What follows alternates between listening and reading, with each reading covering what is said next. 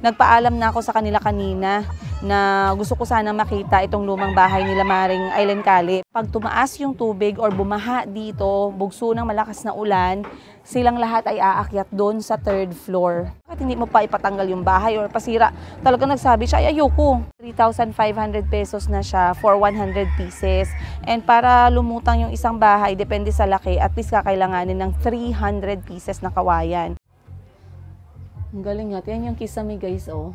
Meron na siyang kalawang, kinakalawang na siya. Ang pinggan, may butas guys, diretso. Diretso ang pasok. Ayan.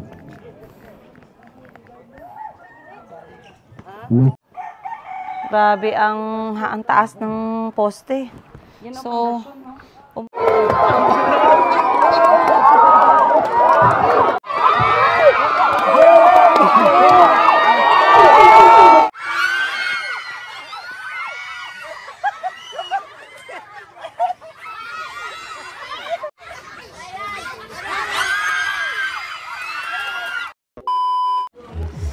alright, guys, sa wakas, nakabihis na tayo. Maayong hapon everyone, maayong hapon sa inyong tanan, you guys.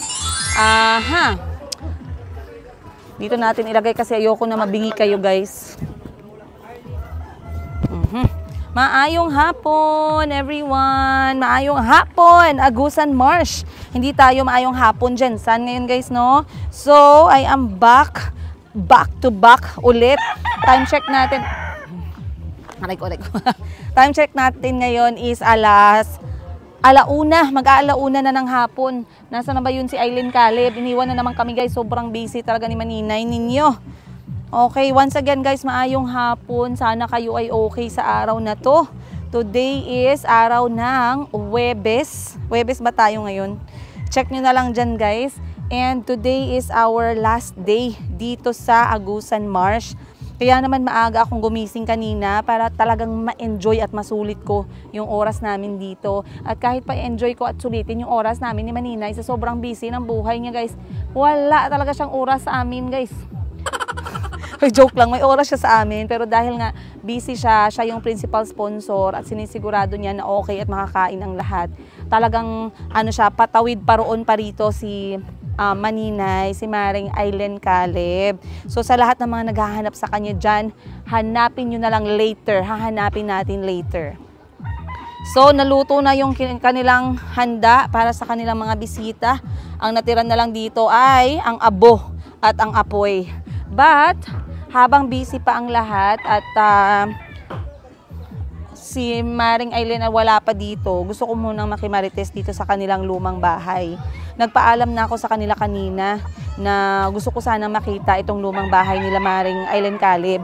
Dahil guys, marites man talaga ako guys, gusto kong malaman yung kanilang bahay kasi marami siyang kwento sa akin about dito sa bahay nila bago sila lumipat or bago siya nagpagawa nitong kanyang 3 palapag na bahay, para maiwasan yung pagkalunod ng bahay nila kapag tumataas yung tubig. So, alam ko, na-mention ko na sa inyo na ang rason kung bakit 3 floor siya or 3 palapag siya ay para kapag tumaas yung tubig or bumaha dito, bugso ng malakas na ulan, silang lahat ay aakyat doon sa 3rd floor. Kahit umabot po yung tubig sa 2nd floor kasi so far yun yung pinakamataas dito na baha, sila naman ay safe. Pero yun lang, sira-sira na yung gamit, may mga maapektuhan talaga sa bahay. So guys, alam ko marami sa inyo nagtatanong, bakit ba naman pinili ni Maninay na manatili dyan kung marami namang area na pwede nilang lipatan? Hindi madaling sabihin yan, lalo na kapag kayo ay dito na pinanganak, dito lumaki, dito na kayo namuhay. Hindi basta-basta na lumipat, hindi dahil natatakot kang lumipat, kundi dahil meron kang roots, meron kang malakas yung kapit ng lugar sa'yo, kaya ayaw na ayaw nilang lisanin itong lugar ng Agusan Marsh. But, bago nga sila lumipat dyan sa 3 palapag, ito yung bahay nila guys, ito ang bahay nila Maninay, ni Maring Aileen Caleb, bago pa siya nagpatayo nitong sementadong bahay. So, dito sa likod ko, ayan siya. At ayaw na ayaw guys, ayaw na ayaw ni Maring Aileen na ipagiba or sirain itong bahay na to kasi ang dami-dami niyang memories dito. Sabi ko nga, may narinig ako nagtanong sa kanya, bakit hindi mo pa ipatanggal yung bahay or pasira? Talaga nagsabi siya, ay ayoko talaga ipatanggal o ipasira yung bahay na yan. Kaya ang dami naming memories dyan ng mga kapatid ko, ng pamilya ko. And knowing how warm and how, you know, how loving their family is, I'm sure they had a lot of amazing memories dito sa bahay nila na lumulutang. So nakita ninyo guys, meron siyang kawayan sa baba. Ayan. At itong kawayan pala ngayon, mahal na siya guys. Nasa 3,500 pesos na siya for 100 pieces. And para lumutang yung isang bahay, depende sa laki, at least kakailanganin ng 300 pieces na kawayan. So aakyat tayo dito. JJ, pasis ko. Pasis tayo guys para mahawakan natin. Pasok ako dyan kuya ha. Nagpaalam ako kay Aileen kanina. Thank you po. Pakita ko lang. Ha? Okay lang. Hindi ko lang siya isasama. Yan lang. Thank you. Gusto ko mag-tour dito sa bahay na una nila Maring Aileen. Hawakan mo lang. Oh. Kasi busy pa siya. Huwag mo isama yung natutulog kayo. Nagpapahinga sila. They are resting in peace. Ay, mali. Sorry. They are resting. Not in peace. Sorry, guys. So, pasok tayo. Abandon na, no? Oo. Hindi na siya ginatulog. Ginahiano talaga. Hindi talaga yung ginatirahan talaga. Pero ayaw ni Ay na sirain, no? Kaya sabi niya, marami daw siya ditong memories. Yun nga ang sabi niya, guys. So, bitaw. Kahit ako siguro, kung may choice lang ako kasi ang mga bahay namin dati, lumalaki kami guys, hindi man namin yung lupa. So wala kaming choice, kailangan namin lumipat, ipagiba yung mga bahay namin. Pero maraming memories doon. So kapag napag-uusapan itong lumang bahay ni Maring Ellen Caleb, marami siyang memories, tumutulo agad yung luha niya. So iyakin si Maring Eileen guys. Madali siyang napapaiyak pagkapamilya, mga kapatid niya yung usapan. Meron kaming, kaya somehow, parang feeling ko, konektado kami ba, madali akong nakarelate sa kanya kasi ako guys, mahirap ako paiyakin. Yan ang totoo, mahirap akong umiyak. Pero, pag mga kapatid ko ang tinira, mga anak ko ang tinira, pamilya ko ang tinira, promise ko sa inyo talaga, yung iyak ko, hindi matapos-tapos. So, pasok tayo dito guys. So ganito pala yung kanilang bahay, no? Ayan, dito tayo.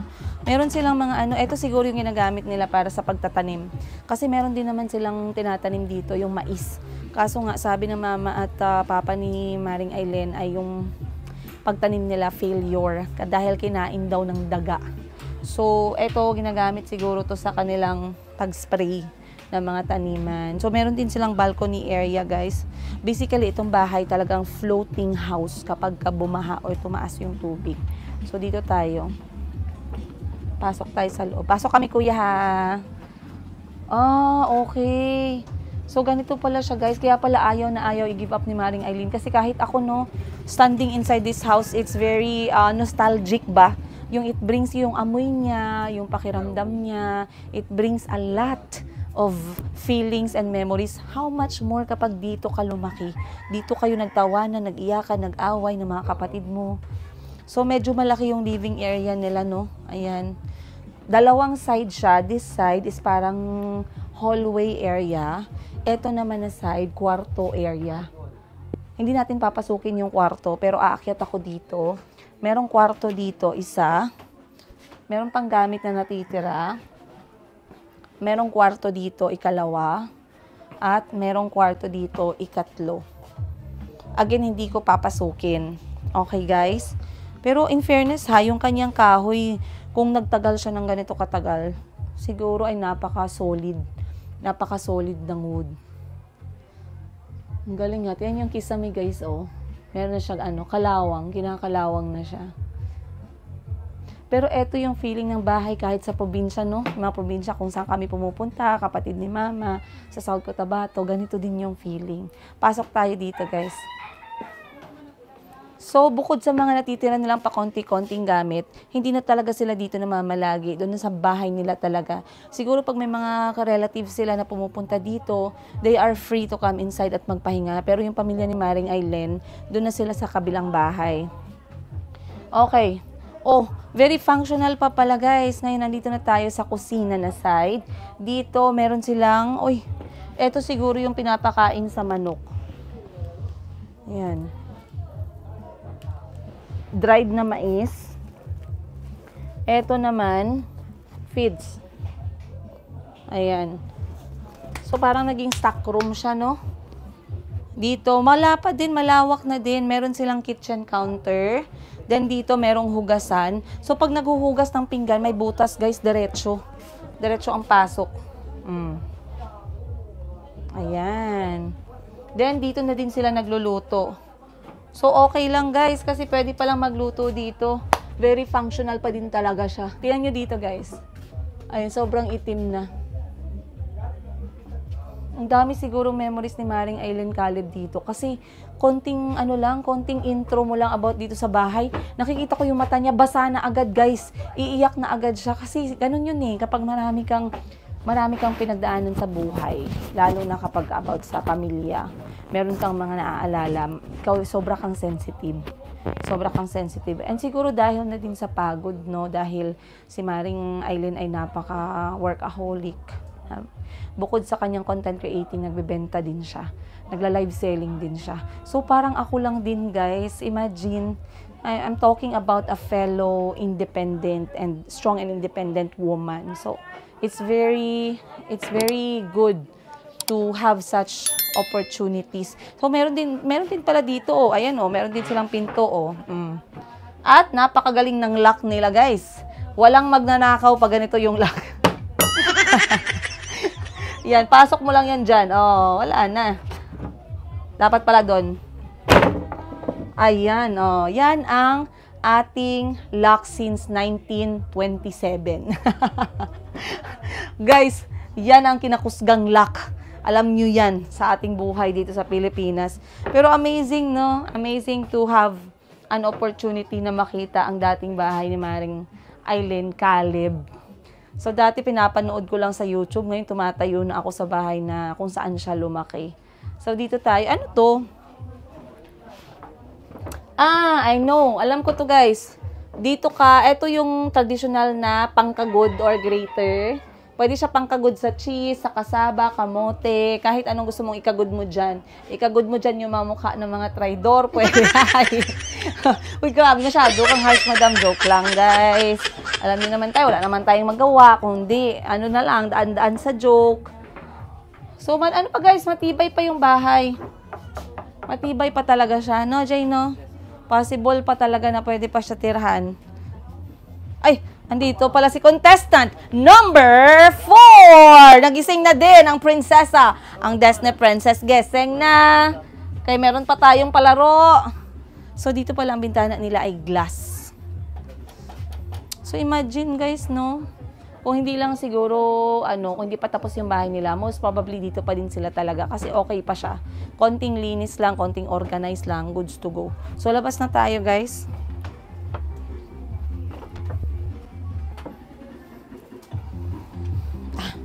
Ayan. So, maraming salamat you guys. Nakita ninyo ang bahay sa loob. Thank you, Jay. Apakasarap sa feeling, no, na makapasok sa tahanan ni Maring Aileen. Ayan. Kaya sa lahat ng mga nangbabash, marami kasi ako nabasa mga nangbabash, tsaka mga hateful messages, mga hateful comment. Simula na nag-upload ako ng episode kasama si Maninay or Aileen Caleb. Actually, guys, the first thing na pinapractice ko sa buhay ko as Princess Giga is try not to judge very fast. Try not to talk about a person na hindi mo siya nakikilala. It's a very common character, no, or ugali ng tao, knowing na minsan talaga namang madali lang tayong mag-comment, madali lang tayong mag-judge. Pero, like I said, let's try to correct ourselves kung feeling naman natin mali. So ako naman, sa awa ng Diyos, wala naman akong talagang sinabing judgment or whatever. Kasi nga sa busy ng buhay ko, guys. Sa dami-dami ng pinagdadaanan ko sa mundo, sa buhay ko as single nanay, as negosyante, as Princess Giga. Wala na halos akong energy para mag-isip na masama sa ibang tao. Not unless yung mga tao or yung ibang tao ay talagang merong motibo na gumawa ng masama. Pero wala din akong Madam! Tenji! Weng! Contestant number 4. Gising na siya. Gising na si contestant number 4. So, nagsisimula na ang kainan, guys, ng piyesta. Ay, aray ko. So, aakyat na tayo. Hi! Hi, vlog! Welcome to my guys! So, hindi pa talaga bumabalik si Aileen Caleb. Natapos na lang ako kakacheka dito, guys. Inabot na ako ng hapon. Hindi pa siya nakabalik. Grabe talaga si Manenay. Ang babaeng walang pahinga. Totoo yan. Ang babaeng walang pahinga. Sabi mo sa kanya, Day, magpahinga ka, Day. Kaya ang katawan lang natin ang ating puhunan sa pang-araw-araw. Hindi pwedeng ganyan. Ano yan? Sausawan para sa... Oh. So, kakain na tayo ng tanghalian. Ang mama ko nasa 3rd floor. Eternity later. Kaya rin pagkasunod kung ano pa. Manila yan. Bye!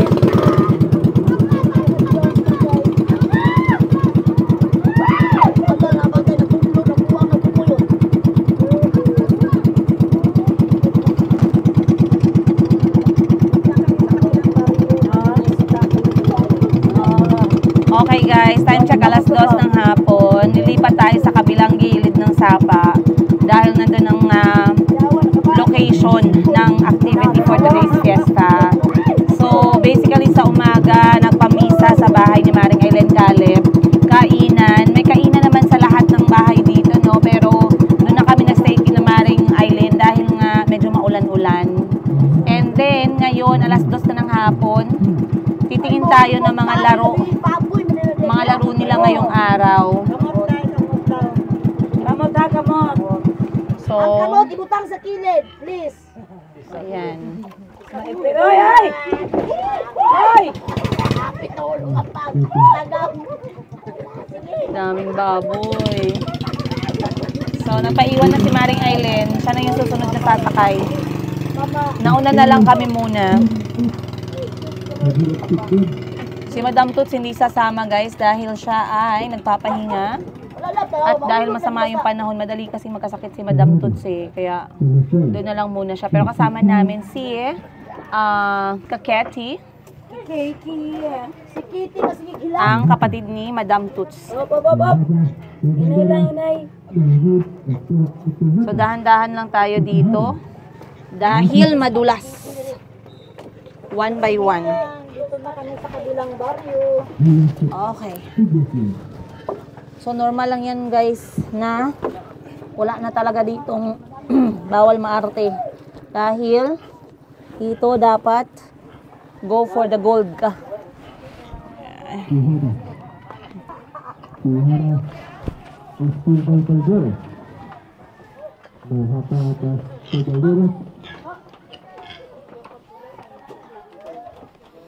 Nadulas talaga yung kahoy, no? Kaya talagang dapat dahan-dahan.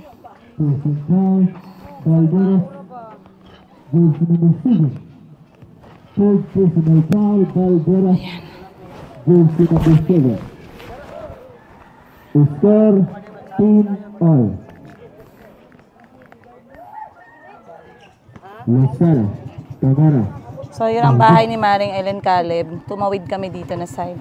Madali lang guys, 2 minutes lang.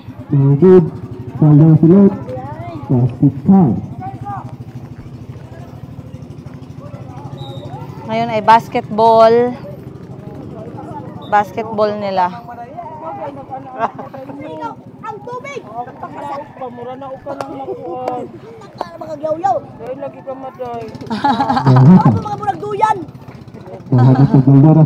Asa ta? Asa si Maring Aileen? Ito siguro tao.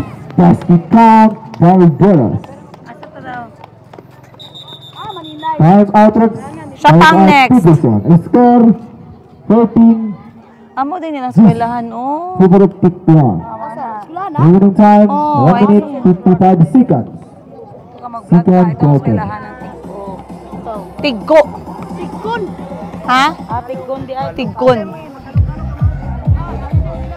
So habang nagpapaligas sila, maglakad-lakad muna tayo dito guys. Dahil wala pa si Manenay.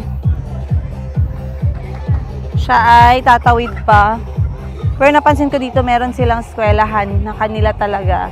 Pati yung eskwelahan nila guys ay meron na talagang haligi. Para kapag tumaas yung tubig, syempre dapat i-secure yung mga bata. Maulan-ulan pa talaga guys, no? Titingnan ko yung kanilang eskwelahan, sisilipin natin. Pero ang nakita ko talaga pinakamalaking challenge dito is yung pag-build. Pag-build ng mga infrastructure, mga bahay, paaralan, clinic. Lahat ng ginagamitan ng mga gamit pang building. Semento, yero, kahoy, pintura, mahirap siya iangkat. Tiggon Elementary School. Tiggon. Medyo nakakalito. So, ganyan ang itsura ng eskwelahan nila, guys. Talagang mataas siya. Wala naman siyang tinatawag na first floor or ground floor, second floor. Diretso third floor. So, ganun kataas yung kanyang haligi or poste. Walang pasok ngayon. Walang pasok ngayon, kuya? Wala. Ay, kasi piyesta araw ng Tigkon, ha? Hindi ko alam, pwede ba? Ay, oo. Pwede magpasok ya, ha? Walay klase? Kasi araw ng Tigkon. So holiday. Mawala na ng room, oh. Ikaw ang sikyo, kuya. Pero ang room, kuya, mawala na. Ayun sa taas. Sa taas ang room. Kanikipang kinder. So, meron silang flag. Grabe, oh. Grabe ang Grabe ang taas ng poste.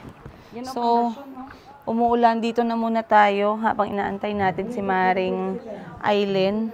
Pero meron silang classroom dito sa baba.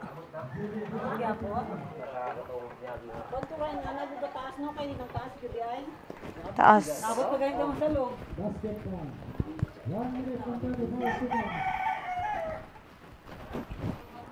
Upo muna tayo dito.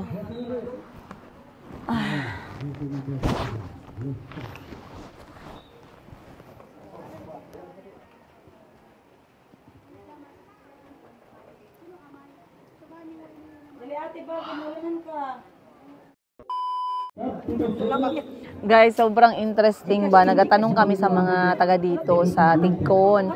So, na-curious kami kasi sabi namin kapag bumaha, paano nalalaman? Ano yung mga signs na magbabaha? Sabi nila pag nag-ulan na daw ng diretso-diretso, ng isang linggong ulan, normally nagpe-prepare na sila talaga na aakyat na yung tubig. Ngayon, ang pinaka-interesting na narinig ko is pwede kang mag-change location dito sa Agusan Marsh. Kasi nga, kapag umakyat yung tubig at lumutaw-lutaw or lumutang-lutang itong iyong bahay, pwede kang magdesisyon kung saan mo gustong ilagay yung bahay mo pag wala na yung tubig.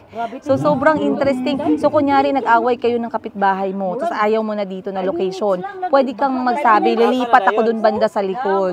Tapos, yung pwesto mo, merong papalit sa'yo. So, it's like an inside agreement na lang sila na magpalitan ng mga location or walang pakialamanan. Kasi itong lupa pala na to ay nabili na ng barangay. So, walang tinatawag dito na titulo, kundi parang rights nila talaga as resident. So, very interesting. So, mabuti na lang hindi umaabot dito ang Shopee. Kasi pag nandito ang Shopee, naku, magkakabuang-buang guys. Kasi dito yung bahay mo ngayon, may posibilidad na 2 months from now, ang bahay mo lumipat na. After 2 months ulit, lumipat ulit. Pero ba na, dili pa balente, maurag yapon. Maurag mabanta. Alright guys, so magsisimula na ang unang game natin ngayong araw, which is pambot race using ang kamay lang nila. Tingnan natin ha, manood tayo. Ang kanilang panalo nito ay 500 pesos.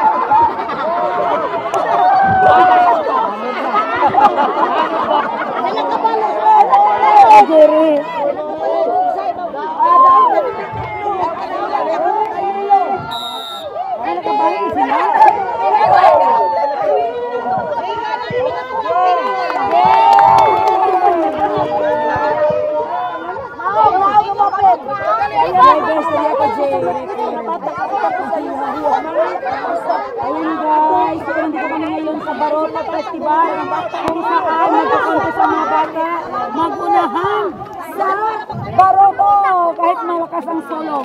Solong sa Tagalog? Hello! Okay, ganakas ang Agos guys, laban. Go! Pasko sa langit mga bata sis! Okay, go!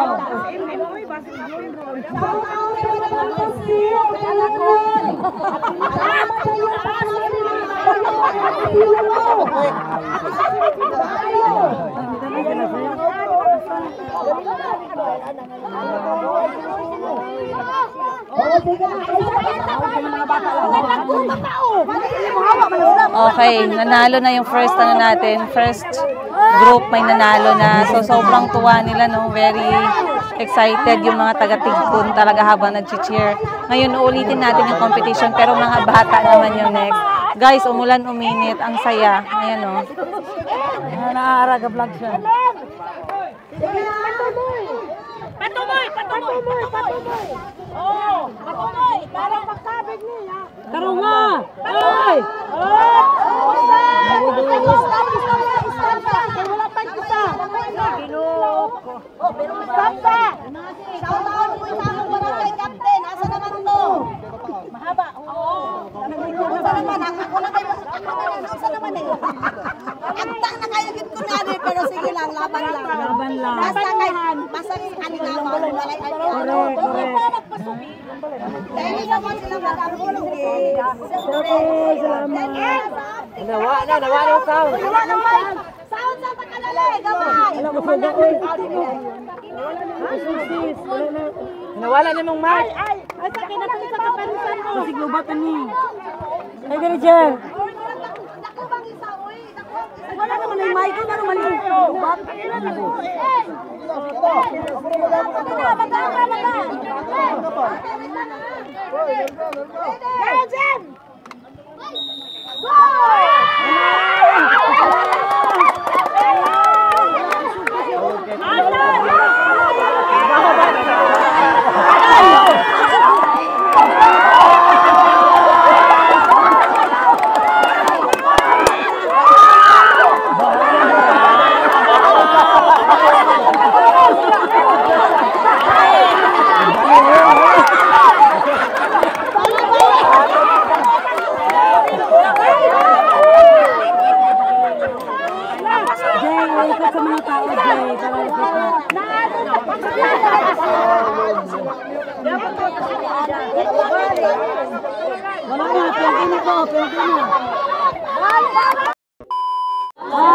Ambi J.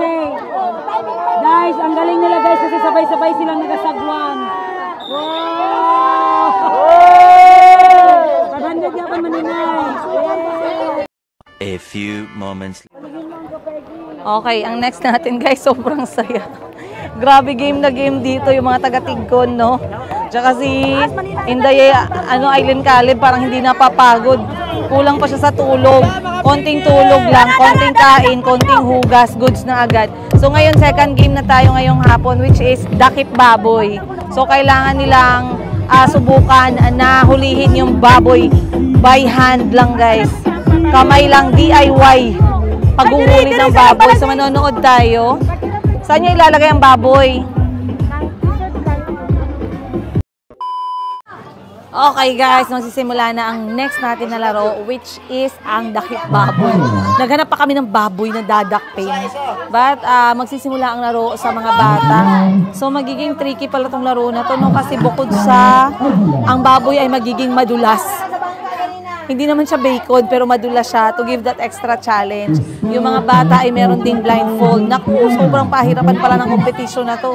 I think pag nanalo, ay mananalo sila ng pera. So, bata muna, and then titingnan natin saan nila papakawalan yung baboy. Kasi guys, ang lawak po ng area, oh.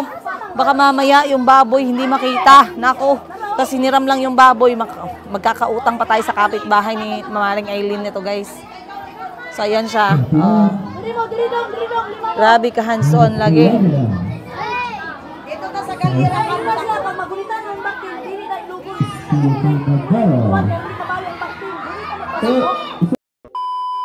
Guys, inulan na kami buong araw guys. Ginakabahan kami dito kaya baka mamaya magtaas yung tubig sa may sapa. Lahat kami hindi marunong maglangoy. Tapos maliit lang yung mga pump boat dito at maliit lang yung mga bangka. Wala pang katig. Grabe talaga yung ulan, hindi tumigil. Pero ito yung tawag namin na ulan na inday-inday. Kasi medyo antok na antok talaga ako guys. Grabe ang haba ng bahay, ang haba ang taas. Antok na antok ako kasi kanina nga alas 4 gising na ako ng umaga. Ngayon, sinusundan namin yung baboy. Saan ba pupunta tong baboy? Excited kasi yung mga bata na mag-agawan ng baboy kasi syempre hindi naman araw-araw piyesta. Pero masaya daw dito sa kanilang sityo. Kaya nga si pamilya ni Maring Island Caleb ay ayaw lumipat, no? Sa ibang lugar gusto nila dito dahil masaya. Ito yung tinatawag nating taon or paon or screen, pang huli ng isda. Madami sila oh. 3, 6, 9. Meron silang 14 pieces.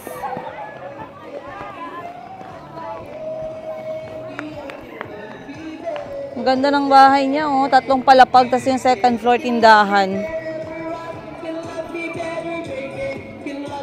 Saya. Saya-saya nila dito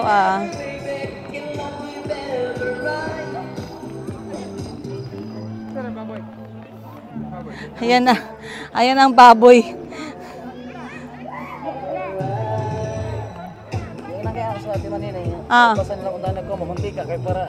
Para lingaw.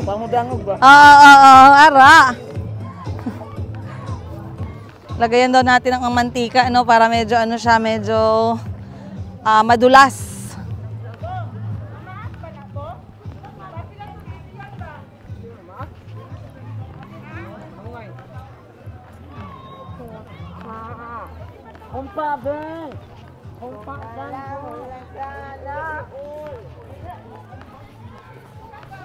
Actually guys, dapat hindi ko alam, parang gusto nilang umuwi ngayon. Natatakot sila na biglang lumakas yung ulan.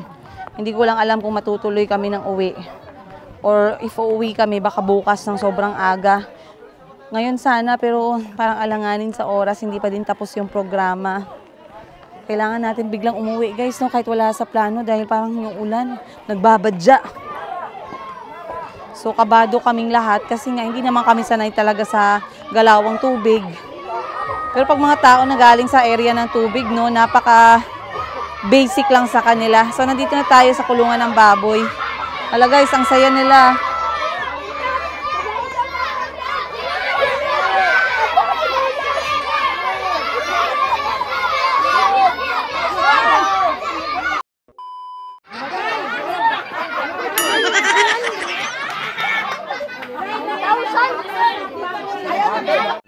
Eternity later.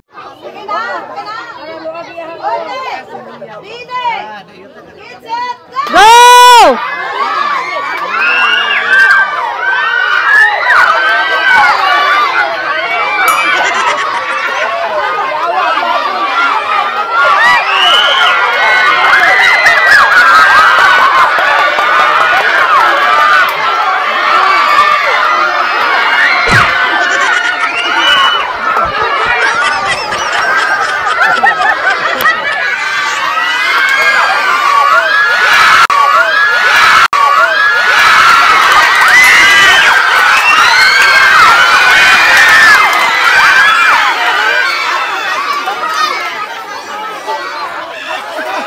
A few moments.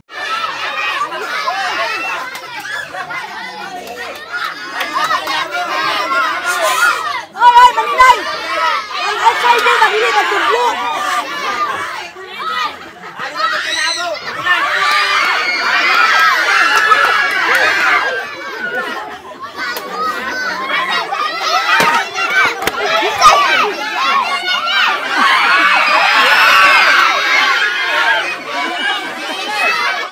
Later.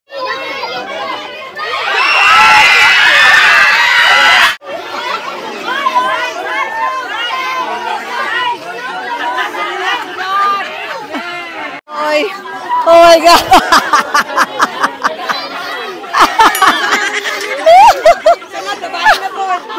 tumawa ng ganito guys this week. Talaga sobra. Nakaiyak ako sa tawa. Grabe.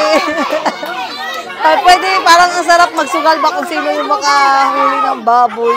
Oh my God, sobrang enjoy. Dapat ganyan, Jer. Ang laro, Jer. A few moments. Si Sis Love, si Lady Gaga, ikaw, ako, si Aileen Caleb. Magdakil ng baboy. Asa siya? Ay, si Sis Love. Oo, mga vlogger ang next. Si Sis Love, si Lady Gaga, ako, si Madam Ten Gibbs, o si Aileen Caleb.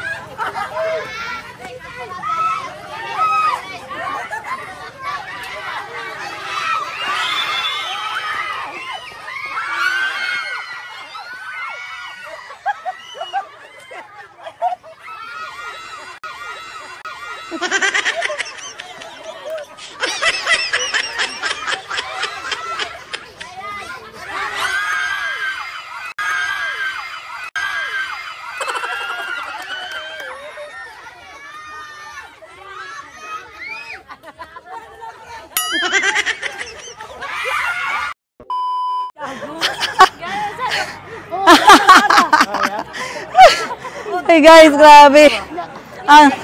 Hindi pwede na hindi natin ma-experience yung mga laro na to. Hindi pwede na hindi ko ma-experience. Sobrang enjoy guys. Di kaya ang baroto. Baboy na lang ko. Sobrang enjoy. So panalo tayo 1,000 guys.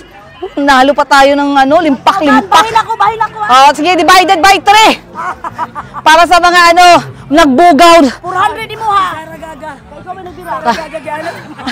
Kasi binugaw ang baboy papunta sa akin, guys. So ako nakakuha sa baboy.